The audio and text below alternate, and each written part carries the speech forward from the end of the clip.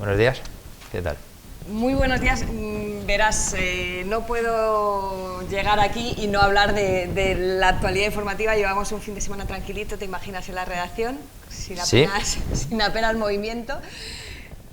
9 ministros, con cambios en el gobierno. Es cierto que Reyes Maroto continúa en sí. turismo, pero sí que Ábalos ha salido, el transporte nos afecta, bueno, en economía también continúa, pero no sé si estos movimientos generan cierta incertidumbre añadida a vuestra empresa Iberia, o realmente los tiempos son convulsos igualmente. Buenos días, Mónica, buenos días a todos. Muchas gracias a la universidad, muchas gracias al rector y a Jesús por la invitación. Estoy ganando tiempo. Vale. No, a ver, la verdad que nosotros somos, como empresa aérea, trabajamos en un sector regulado y es cierto que tenemos relación con muchos ministerios y también estamos acostumbrados, digamos, a estos cambios de gobierno, cambios de ciclo. Es cierto que bueno, pues tiene un determinado calado. Nosotros tenemos dos ministerios de referencia, que son el Ministerio de Transportes y el Ministerio de Turismo, Industria, Comercio y Turismo, que se llama ahora. Reyes Maroto, la ministra, continúa y eso, bueno, pues te da esa parte de estabilidad por ese lado. Y bueno, por la parte del Ministerio de Transportes es cierto que hay cambios y se incorpora una nueva ministra, Raquel Sánchez, y yo creo que bueno, trabajaremos bien con ellos. Siempre hemos trabajado bien con el Ministerio y es cierto que aunque se produzcan cambios en la cúpula, siempre los niveles también con los que nosotros trabajamos, que son los secretarios generales, los directores generales, suelen darle continuidad y en general pues, nos adaptamos bien y trabajamos bien. Estamos trabajando bien en muchos temas ahora, como es el tema, bueno, pues que vamos a hablar de la recuperación del turismo, también algunos otros como los temas de la compra de Europa y algunos otros temas, los fondos Next Generation y seguiremos trabajando bien con ellos. Hombre, es inevitable que además estando en las fechas en las que estamos, en julio, temporada alta, un momento tan imprescindible para el turismo. A ver, la actualidad es la que es y es cambiante. Tenemos buenos datos de vacunación, pero es cierto que cada día tenemos mayores ingresos, más contagio de variantes nuevas que hacen que todo el ambiente se vaya enrareciendo, en el sentido de que uno no sabe muy bien si las restricciones van y vienen. No sé si en este momento estáis optimistas o ha cambiado mucho las previsiones. Bueno, a ver, nuestras previsiones eran positivas para el verano. Esto es como un vaso que, como siempre, lo puedes ver medio vacío o medio lleno, ¿no? Pero las previsiones eran positivas y, de hecho, pues nuestros niveles de actividad pues son prácticamente el doble que eran hace 3 meses, ¿no? Estamos alrededor de un 60% de actividad durante el mes de julio. Es cierto que en nuestras previsiones pues quizás estamos un poquito por debajo de lo que pensábamos. Y yo creo que esto es un reflejo de lo que antes comentaba Jesús en la inauguración de estos cursos, ¿no? Que yo creo que ha habido una gran descoordinación a la hora de establecer las medidas y las restricciones a la hora de poder viajar, ¿no? Ha sido una ceremonia de la confusión, entonces no hemos podido tener la misma manera de bajar de viajar y los mismos, digamos, salvoconductos o los mismos documentos entre los distintos países europeos, entre los distintos países, ya no digo americanos, o en general, para los clientes ha sido muy difícil saber qué necesitaban en cada momento y continúa siéndolo. Y es un esfuerzo que yo creo que, aunque todos tengamos esa necesidad de viajar después de los confinamientos tan largos que hemos sufrido y después de estas restricciones, pues nos enfrentamos al hecho de que no es sencillo, ¿no? Entonces yo creo que en este sentido lo que está sucediendo también desde la perspectiva incluso de la comunicación, y ahí en vuestro terreno, pues no está ayudando, porque yo creo que estamos haciendo un flaco favor a la sociedad a la hora de ser un poco sensacionalistas respecto a las noticias, ¿no? O sea, el hecho de que de las nuevas variantes, yo no entiendo nada de esto de microbiología. Antes teníamos aquí al rector de la Complutense, a Joaquín, y yo he leído, como él decía, que al final vamos a tener que convivir con nuevas variantes. La noticia no puede ser que haya una nueva variante. Yo creo que la noticia no puede ser que el número de contagios evolucione de una determinada manera o de otra, porque gracias a Dios lo que es una noticia, y es una muy buena noticia, son los niveles de vacunación, los niveles de inmunidad que la sociedad ha alcanzado, la capacidad que tenemos para hacer test y para controlar la expansión de la pandemia. La noticia es que hoy los niveles de ocupación hospitalaria están alrededor del 2% y que los niveles de ocupación en la UCI están alrededor del 6%, con un número de camas UCI muy menor, muy por debajo del que tuvimos en los momentos pico de la pandemia. Es decir, hoy en día la mortalidad, siempre es duro, ¿no?, hablar de personas que mueren, pero es que mueren personas todos los días y mueren personas por causas que hoy en día ya superan los de esta pandemia. Entonces, yo creo que en algún momento tenemos que pasar página todos, no solamente por el turismo, digamos, porque como sociedad yo creo que nos estamos haciendo daño, o sea, nos estamos haciendo daño cada día desayunando que hoy hay el doble de contagios de la variante Delta ya es no sé qué. Bueno, es un modelo de contagio, es una nueva variante y afortunadamente pues esto no está trayendo como efecto colateral que nuestras UCI se saturen o que haya más mortalidad, por lo cual creo que tenemos que pasar página. Yo, hombre, en tono de mea culpa por lo que acaba de decir, es cierto que seguramente arrastramos una inercia de andar contabilizando y además con indicadores que hasta hace unos meses eran ajenos totalmente a nosotros, la incidencia por cada 100.000 habitantes y demás. Es cierto que también la propia responsabilidad nos hace tener que informar, porque es cierto, Cataluña ha duplicado sus casos de contagio en un solo día. Es cierto que eso sí que es noticia, porque duplicar los datos, pero también contamos que no es tan grave como lo era hace unos meses, porque está afectando a los jóvenes. También es una manera de concienciar y de pedir responsabilidad y de que esas concentraciones masivas y esos botellones pues están haciendo que se propague, porque esas personas luego pueden ir a familiares que sí que son más vulnerables, que se ha demostrado que a pesar de tener la doble pauta a lo mejor sí que puede ser que contagien, pero recojo la crítica por la parte que me toca. Es cierto, lo hemos escuchado antes y también lo comentabas, que Singapur dice que debemos dar ya al COVID un carácter endémico, nos tenemos que ir acostumbrando a vivir con esta enfermedad. Entonces no sé si debemos creérnoslo todos y ir avanzando, porque si no, no va a haber otra manera de recuperarnos, ¿no? De recuperarnos a nivel económico como sociedad e incluso, me atrevería a decir, anímicamente, porque estamos todos un poco con esta fatiga pospandémica. Yo creo que sí, o sea, yo personalmente, a ver, independientemente que al final puedas tener esta visión más enfocada en el turismo, pero desde una perspectiva casi como sociedad, yo creo que estamos todos un poco cansados, pero no simplemente que estemos cansados, o sea, hay otros países, en España yo no he oído hablar mucho de esto, pero en otros países se está hablando mucho de la enfermedad mental y la huella que esto está dejando en determinados estratos de la sociedad, tanto en las personas mayores que en un momento dado estuvieron de alguna forma, entre comillas, denostados y creo que todos fuimos de alguna forma injustos con ellos en el principio de la pandemia, como cuando la gente decía, bueno, pero al final esto solo afecta a las personas mayores, y yo creo que eso ha creado una huella en nuestros padres, sobre todo, y luego también con la gente joven. Los que estamos ahí en medio, pues oye, al final todo es vida, ¿no? Pero yo creo que la gente joven que no ha podido ir a la universidad, que no ha tenido... Hace poco me preguntaban, abundando en lo que decía antes el rector, yo estaba en una universidad y me decían los chavales con los que compartí una comida, y me decían, entonces ¿tú cómo ves el tema este de que trabajemos en remoto, de que tengamos las clases en remoto? Y yo les decía, ostras, macho, digo, yo te puedo asegurar una cosa, yo tengo 51 años y tengo, como todo el mundo, un grupo de amigos. Cuando yo le pregunto a mis amigos cuál es la mejor época de su vida, es la universidad. Y ya te digo yo que no es porque estuvieran en casa, en pijama, escuchando una clase de álgebra. No es por eso. Ya me extraña. No va de eso la universidad. La universidad va de otras cosas. Es un momento de tu vida en el que vas... Eso es una experiencia vital. Entonces, como esa experiencia vital, hay otras muchas. Y yo creo que como sociedad, eso que dices de... Yo creo que está bien. O sea, al final... Hay enfermedades que son endémicas, que convivimos con ellas, y otras que no son endémicas, pero que convivimos con ellas.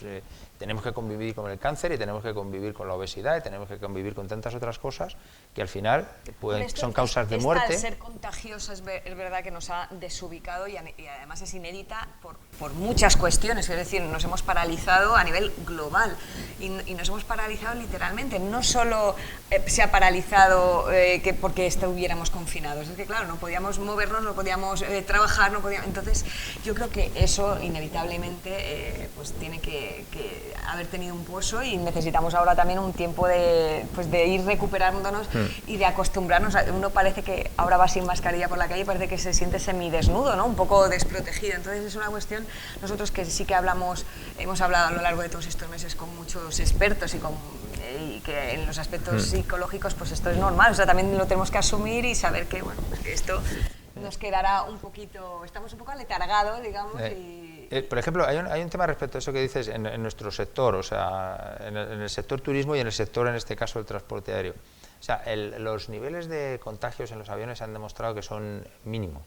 Y de hecho, cuando se viaja con una prueba diagnóstica, con un PCR o con un test de antígenos, ha habido estudios que dicen que los niveles de incidencia después de 5 días están por debajo de 10 por cada 100.000. Entonces, al final yo creo que es evidente que desde el punto de vista científico de la vacunación y desde el punto de vista técnico existen los elementos hoy para viajar de manera segura. Y yo creo que, sin meter en la ecuación el tema de la vacunación. Entonces yo creo que ahora mismo deberíamos ser capaces de dar salida a todo eso. Lo que pasa es que es chocante, Javier. Yo sé que anoche todos estabais viendo nuestro informativo en Antena 3, pero por si acaso alguien vio la final, por si acaso alguien... ¿La final de qué? De fútbol o no sé. No, yo estaba con lo vuestro. Chocaba mucho, yo tampoco lo vi, llega la prórroga, pero no la vi. Chocaba mucho ver esas gradas, es decir, es que, y sabiendo que había restricciones y que habían pedido vacunación, y quiero decir, el hecho de ver concentraciones masivas de gente nos produce una sensación extraña. Yo creo que lo de los aviones se va a ir, lo que pasa es que hay gente que todavía no se ha vuelto a montar en un avión desde hace más de un año, entonces la verdad es que el tiempo que llevas tú a los mandos de Iberia es una fantasía.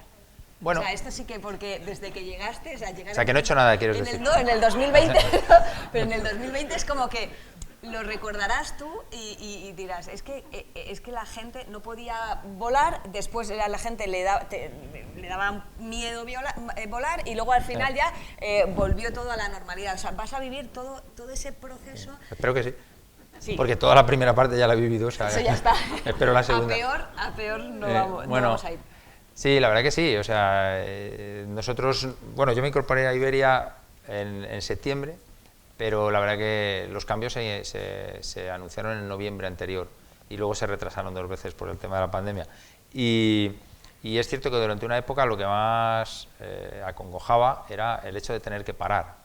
El hecho de tener que parar era una cosa que, claro, no nos podíamos imaginar. Yo recuerdo una anécdota cuando en Madrid, que fue el primer sitio donde cerraron los colegios. Yo cuando cerraron los colegios en Madrid, yo me acuerdo que llamé al presidente de IAG, que entonces era Antonio Vázquez, y yo le decía, Javier, digo, Antonio, esta gente está loca, van a cerrar los colegios, ¿pero dónde vamos a ir a parar? Y Antonio, que es muy listo y un poco más mayor, tiene más experiencia, me decía, mira, Javier, ¿sabes lo que pasa con estos temas? Que el primero que cierra es un loco, el segundo la gente no se da cuenta, dice, el tercero que no cierra es un irresponsable. Entonces, aquello a mí me hizo reflexionar, tuvimos que parar toda la flota. Nosotros en Iberia éramos 17.000 empleados, o sea, dejamos 17.000 empleados en casa. O sea, el ver los aviones parados, la gente sin trabajar... Sí, porque hay sectores en los que el teletrabajo... funciona. Y hay otros en los que no funciona. Esto es así. Yo también tuve que ir. Tú tuviste que ir. Claro, si no funcionaba. Pero fue también un momento de darte cuenta de que desde las empresas también se puede devolver algo a la sociedad. O sea, en aquel momento concreto, pues las líneas aéreas, Iberia en concreto, pues hicimos un montón de vuelos de repatriación, ¿no? Había un montón de gente fuera que quería volver a toda costa. Seguimos trayendo material sanitario, empezamos a traer material sanitario, mejor dicho, las mascarillas, los respiradores, o sea, aquellas, la mayoría, bueno, yo te diría, todos los que volaron a esos vuelos eran gente que se presentó voluntaria, que ahora es fácil, pero en el mes de abril, presentante voluntario para ir a China a traer respiradores no era nada fácil, Y bueno, mantuvimos una determinada conectividad, como antes decía Jesús, hubo esa cercanía, esa complicidad público-privada. Yo me acuerdo en aquella época nos llamaba algún secretario de Estado y nos decía, es que no podéis viajar a Canarias porque vais a llevar un montón de contagiados a Canarias. Bueno, pues paramos los aviones, no viajamos a Canarias. A los 2 días, es que no podemos estar sin aviones en Canarias porque entonces la gente no se puede dar la quimioterapia. Y todo eso lo hemos vivido. Ahora, gracias a Dios, la situación está más normalizada. Yo creo que, antes decía el rector, se ve, yo estoy en su túnel, yo veo luz, la luz todavía es chiquitita al final del túnel, pero sí que ahora, o sea, lo que ha sido una gran noticia, y yo no me canso de... es el tema de las vacunas. Es que lo estamos viendo en los países que tienen ratios de vacunación altos, y volviendo a la final, esa que yo no vi, es cierto que en Inglaterra... me han dicho.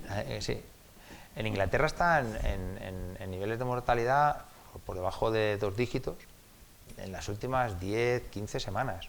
Eso ya no es un exceso de mortalidad. En España, en el año 2019, yo recuerdo leer, porque es una cifra que siempre tengo, que de gripe común murieron 6.000 personas durante un periodo de unos 6 meses. Eso quiere decir que morían 1.000 personas al mes. Y eso son más de 30 personas al día. Entonces, eso todo pasaba por debajo del radar de todos nosotros y humanamente lo habíamos aceptado. Y ahora vivimos con menos de esos 30, pero vivimos acongojados. Entonces, yo creo que tenemos que pasar página. Sí, de hecho lo hemos sociedad. contado porque esta semana pasada hemos tenido varios días consecutivos con 0 muertes en Madrid por COVID, claro, y también hay que contarlo, y eso lo contamos también porque es importante, porque es un triunfo y es por las vacunas, es por la responsabilidad. Es verdad que hubo unos meses de muchísima solidaridad y de muchísima complicidad entre el sector público y privado y la sociedad civil, que yo creo que eso será un aprendizaje que también veremos a posteriori, porque ahora es verdad que hemos pasado del buenismo a la polarización y después ya iremos hacia la normalización de todos estos sentimientos. Por cierto, que yo recuerdo hace unos años cuando este volcán de nombre impronunciable en Islandia, sí, cuando se paralizó Heathrow, sí, y varios aeropuertos, que nos parecía imposible, es decir, ¿cómo ese hub, ¿no? ¿Cómo vamos a cerrar? Y aquello nos parecía un acontecimiento planetario de cuántos vuelos, y ahora estás hablando tú de dejamos todos los aviones en pista y viéndolo pasar un día y otro y otro. Y eso también es un aprendizaje de, bueno, lo que hemos sido capaz y de lo que seremos capaz de remontar. Yo creo que también eso es positivo desde el punto de vista empresarial cuando lo veáis con cierta perspectiva. Yo creo que sí, yo creo que para las empresas en el sector turístico sobre todo, las aerolíneas en concreto, nos hemos dado cuenta y nos hemos tenido que dotar de elementos de flexibilidad y de agilidad que antes no teníamos. O sea, la toma de decisiones que ahora mismo en una compañía tan grande como puede ser Iberia, es mucho más ágil que lo que era antes, es inimaginable. Yo recuerdo una mañana que era un sábado que yo me desayuné con una noticia de que Marruecos había prohibido los viajes a España. Y yo me acuerdo de mandar un WhatsApp al equipo y decirle, oye, pero ya habrá un montón de españoles que tendrán que venirse de alguna manera. Para por la tarde, eso fue un sábado, para por la tarde del domingo teníamos organizado un charter que empezó siendo un charter con un 321, acabó siendo un charter con un 350 y la siguiente semana, lunes, martes, miércoles y jueves, tuvimos 4 charters con 350 y trajimos casi 1.500 personas que estaban en Marruecos. Y eso lo organizamos con un WhatsApp, ahí por la mañana, un sábado. Es una labor humanitaria, quiero decir que es que se mezcló todo, ¿sí?, todo muchísimo. Hablabas, Javier, antes de la diferencia de medidas que se adoptan entre los distintos países. Por ejemplo, en Estados Unidos, algunos de América Latina que continúan cerrados a los viajes. No sé si esta recuperación va a ser asimétrica o qué criterios estáis utilizando para restablecer esas vías de conexión. Bueno, yo te diría que al final lo que está demostrado es que existe una demanda contenida. En el momento en el que los países se abren las restricciones, nosotros ponemos los vuelos y los vuelos se van llenando. ¿No? Y eso lo vemos. Y el otro día, nosotros no hemos hecho público ningún dato, pero el otro día decía EasyJet, por ejemplo, que simplemente con el hecho de que en España se permita viajar a británicos con la doble pauta de vacunación, aunque todavía los españoles tenemos que hacer cuarentena si viajamos a UK, sus reservas se han multiplicado por 4. Crecieron un 400%. Y eso lo estamos viendo. Fíjate, no te diría que la recuperación está siendo asimétrica, la recuperación no está siendo robusta, porque los países no se ponen de acuerdo a la hora de poner de que las medidas sean simétricas. ¿Y qué crees que habría que hacer para recuperar esa confianza?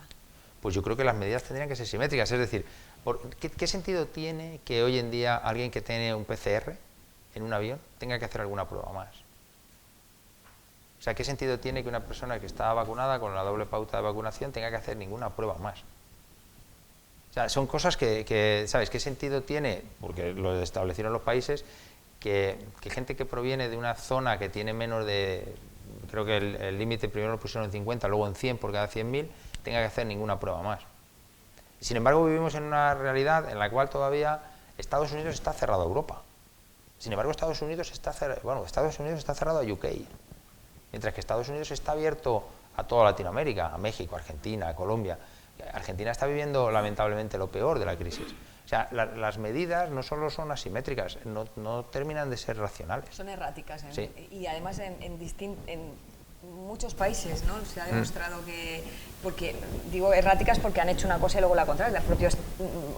El Reino Unido, sí. El propio Boris Johnson cambió de criterio varias veces hasta que... Yo creo que el Reino Unido no está aprovechando, es una opinión personal, pero no está aprovechando lo robusto que hicieron su programa de vacunación.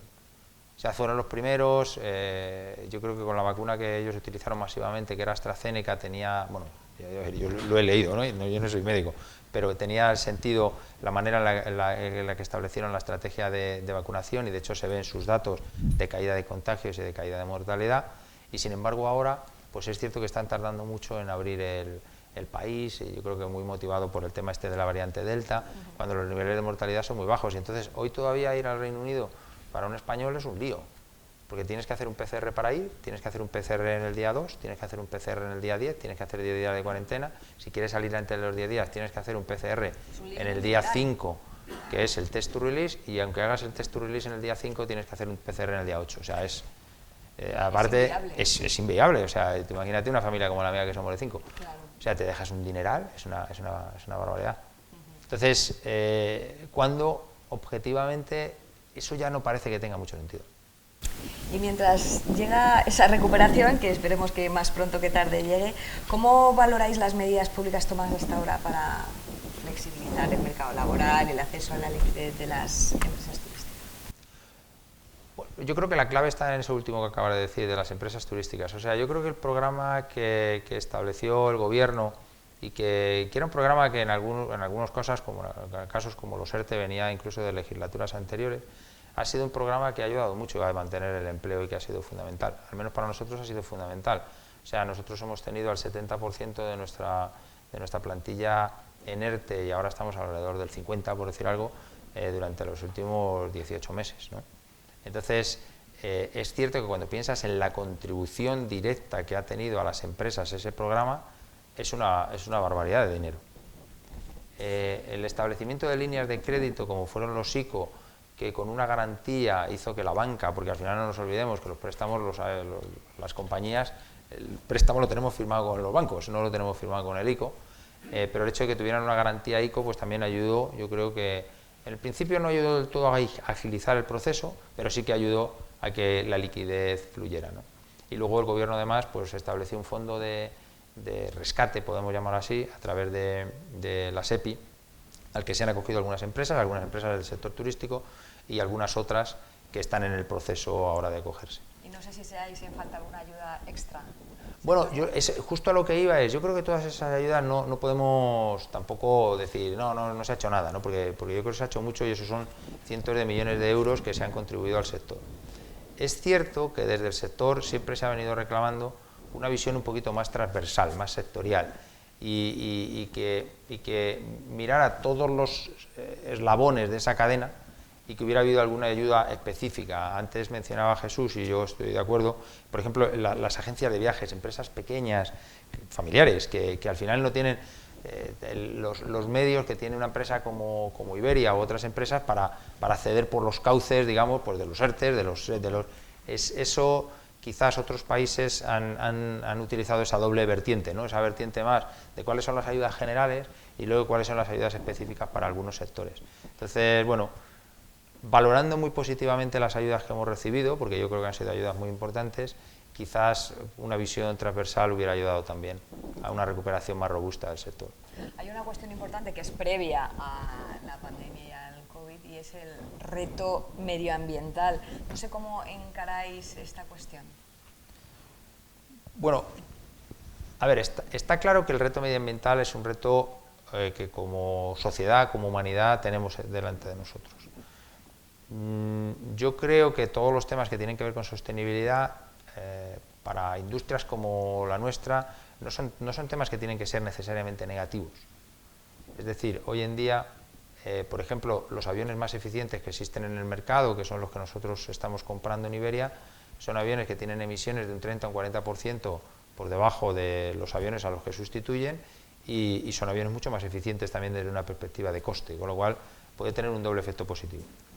Pero lo primero que me gustaría es quizás reseñar que hay que hacer un poquito, nosotros las aerolíneas en concreto tenemos que hacer un poquito de pedagogía, porque cuando hablamos de las aerolíneas muchas veces, no sé, pensamos que somos responsables de un porcentaje relevante de las emisiones. Las aerolíneas somos responsables del 2,5% de las emisiones de CO2 a nivel mundial.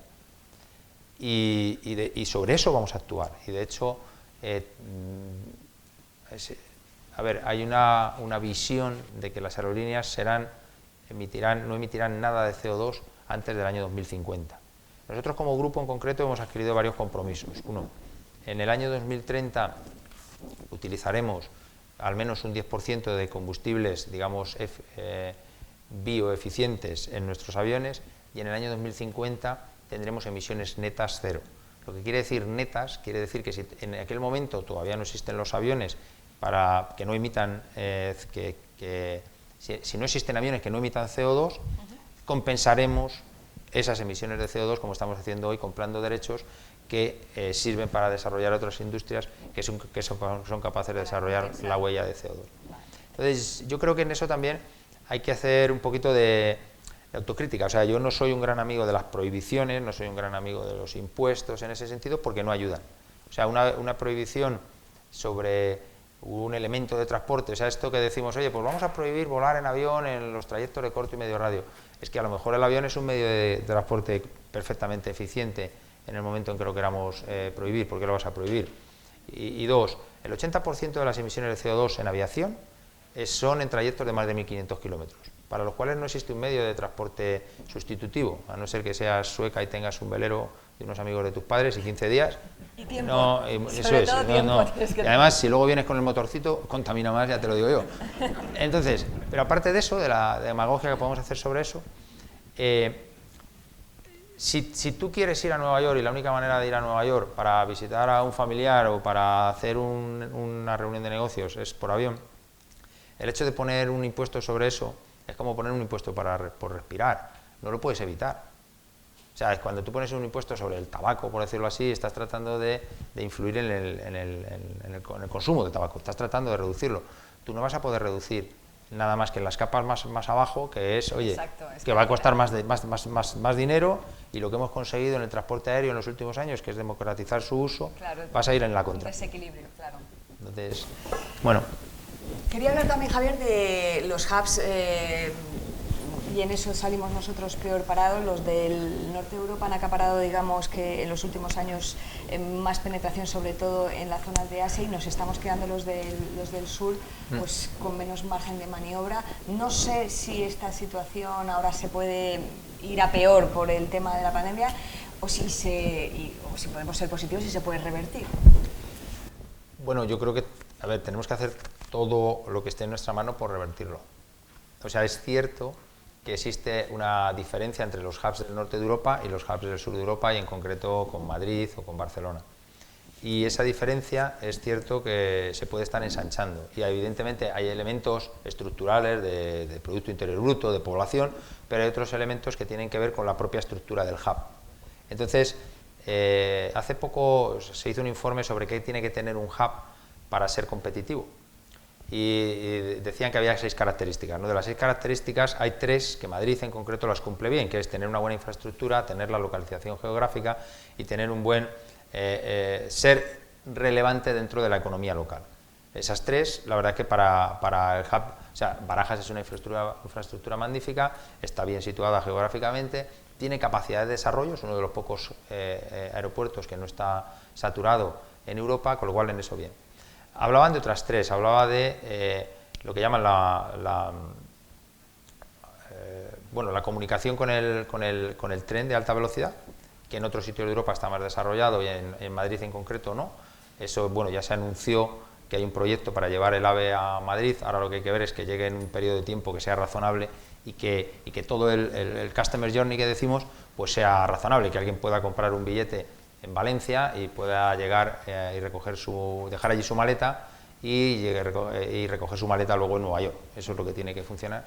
Había otra que es el peso de la carga aérea, o sea, el peso de la carga aérea en el hub de Madrid es muy bajo y en un momento como este de pandemia nos hemos dado cuenta de que eso ayuda, porque es contracíclico y ayuda a sostener el empleo y la actividad económica. Y luego el tercero, en el cual no estamos bien, es en tener un operador de referencia. Un operador de referencia que te permita un desarrollo más equilibrado del hub.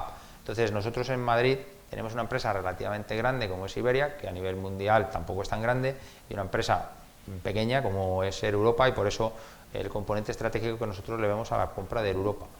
Porque no es solamente una operación empresarial, que sí, es una operación que tiene un componente de país, tiene un componente de que al final, si queremos desarrollar el hub de Madrid 360 grados y que haya más vuelos hacia Asia, necesitamos una flota que lo haga, porque si no, lo que sucede es que estamos todos mirando en el mismo sitio, tenemos 5 vuelos diarios a Miami, cuando en realidad con 4 eres capaz de dar un mejor servicio, porque eres capaz de adaptar el horario y puedes empezar a volar a Seúl. O sea, cuando comparas, por ejemplo, la penetración, el número de asientos que están mirando hacia Asia en el aeropuerto de Madrid es el 5%, en el aeropuerto de Barcelona el 6%, en Lisboa el 0%. En la mayoría de los hubs europeos eso es el 30 al 35%.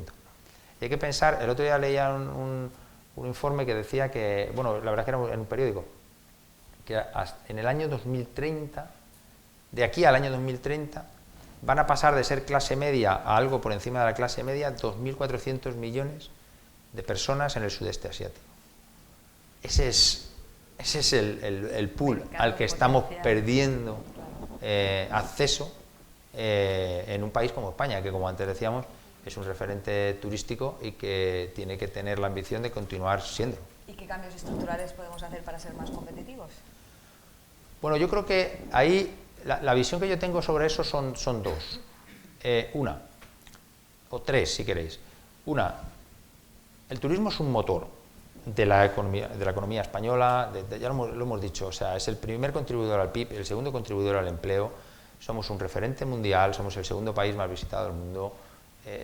O sea, lo que nosotros tenemos, y no lo tenemos por casualidad, o sea, lo tenemos porque tenemos 8.000 kilómetros de costa, tenemos 500 playas con bandera azul, tenemos 45 enclaves declarados Patrimonio de la Humanidad por la UNESCO, tenemos 3.000 horas de sol, tenemos un modo de vida, una gastronomía y una cultura que nos hace ser el segundo país más visitado del mundo. Exacto, solo ver cuáles son las dimensiones de España y que estemos en el segundo puesto, o en cualquier caso siempre en la terna, Estados Unidos, Francia, España, compararnos solamente con Estados Unidos cuando las dimensiones que tiene el continente.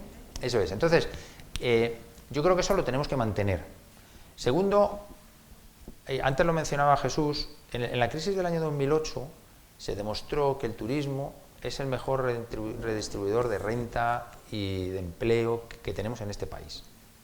Porque es verdad, porque cada euro que se genera en el turismo llega al último pueblo, no es solamente las grandes empresas hoteleras, es que llega también al señor que tiene un bar, al señor que tiene un establecimiento en cualquier población aquí en el Escorial y llega al hotel Miranda Suizo, ¿sabes? O sea, es que al final funciona así. Entonces, eso no lo podemos perder. Dicho esto, yo creo que tenemos una oportunidad de construir sobre ese, porque siempre se nos ocurre como esto de vamos a quitar esto para poner otra cosa. Yo creo que sobre ese, que tenemos que seguir nutriendo, podemos construir un nuevo modelo de turismo. Porque no solo tenemos ese sol y playa, sino que tenemos, insisto, tenemos el Escorial, tenemos Toledo, tenemos la Alhambra, tenemos un montón de patrimonio cultural. Tenemos un turismo de congresos y un turismo empresarial. Tenemos un turismo médico, tenemos un turismo de compras. Tenemos distintos componentes que nos harían capaces de construir sobre ese otro turismo. Ahora, para eso hacen falta 3 cosas. Una, el producto, y el producto lo tenemos. O sea, el monasterio no se hace así en 2 días, y la Alhambra tampoco. O sea, eso lo tenemos nosotros y eso no lo tiene nadie. Pero es que también, insisto, tenemos un sistema sanitario público y un sistema sanitario privado que hace que haya gente que venga a este país a tratarse. Tenemos centros de compras, como puede ser, a Jesús le sonará uno que se llama el Corte Inglés y algunos otros, que son referentes mundiales. Entonces, todo eso lo tenemos. Venga, tenemos el producto. Ahora, tenemos que hacer la promoción.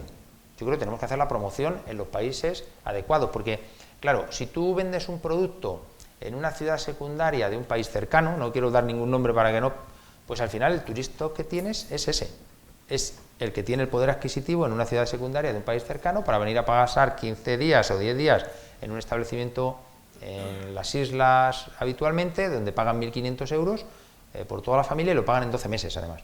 Y no está mal, ¿eh? Hemos vivido de eso y con eso hemos conseguido ser el segundo país más visitado del mundo. Ahora, hay gente que viene y gasta 3 veces eso en 3 días, porque además no viene a visitar España, viene a visitar Europa. Entonces viene a Madrid y resulta que a este, como viene y le gusta el Escorial y viene a visitar el Escorial, viene a visitar Toledo y luego se va a Londres y luego se va a París y luego a lo mejor desde París va a Barcelona y luego de Barcelona vuelve a volar fundamentalmente a Asia.